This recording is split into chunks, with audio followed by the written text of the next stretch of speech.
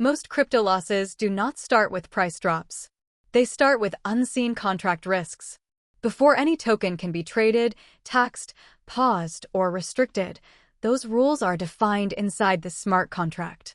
Charts do not show those rules. Marketing does not show those rules. The contract does. This is why TokenToolHub's Token Safety Checker exists. The Token Safety Checker is designed to give a fast, human-readable overview of common on-chain risk signals before deeper research or capital commitment.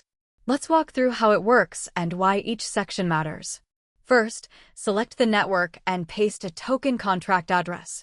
Once the scan is started, the checker analyzes verified contract data and on-chain signals to generate a structured safety overview. At the top, the tool displays basic token identification. This includes the token name, symbol, network, and contract verification status. A verified contract means the source code is publicly readable. Unverified contracts increase risk because the logic cannot be inspected. Next is the quick risk score and honeypot check. The honeypot check tests whether buying and selling behavior appears normal based on available data. Passing this check does not mean a token is safe. It only means obvious sell-blocking behavior was not detected at the time of the scan. Buy and sell taxes are also shown here. This helps identify abnormal or unusually high fees that could affect exit liquidity. The summary section highlights whether obvious red flags were found during the quick scan.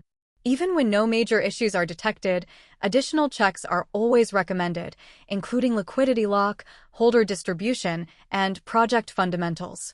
Scrolling down reveals the Pro Analysis section, where deeper administrative and control risks are surfaced. This section focuses on what the contract owner or administrators are capable of doing after launch. One of the most important signals here is owner or admin control. If an owner is detected and ownership has not been renounced, privileged actions may still be possible. These actions can include minting new tokens, changing fees, pausing trading, or restricting wallets. Minting capability is another critical signal. Minting allows the total supply to increase, which can dilute holders if misused. Blacklist functionality is also flagged. A blacklist can prevent specific wallets from transferring or selling tokens, potentially trapping holders. Pause and trading restriction functions are highlighted as well. These functions allow trading to be frozen temporarily or permanently, depending on control structure. Fee and tax mutability is another major factor.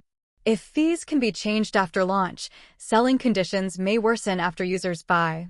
The checker also shows the Solidity compiler version used to deploy the contract. Older compiler versions may include legacy patterns or weaker defaults. Each finding includes a short explanation of why it matters. The goal is clarity, not fear. None of these signals automatically mean a token is malicious. Many legitimate projects retain administrative controls for governance or upgrades. However, each control increases the level of trust required from token holders. At the bottom, the tool provides suggested next steps. These help guide further research beyond the initial scan. TokenToolHub's Token Safety Checker does not replace audits or financial advice. It exists to make contract behavior visible, understandable, and accessible.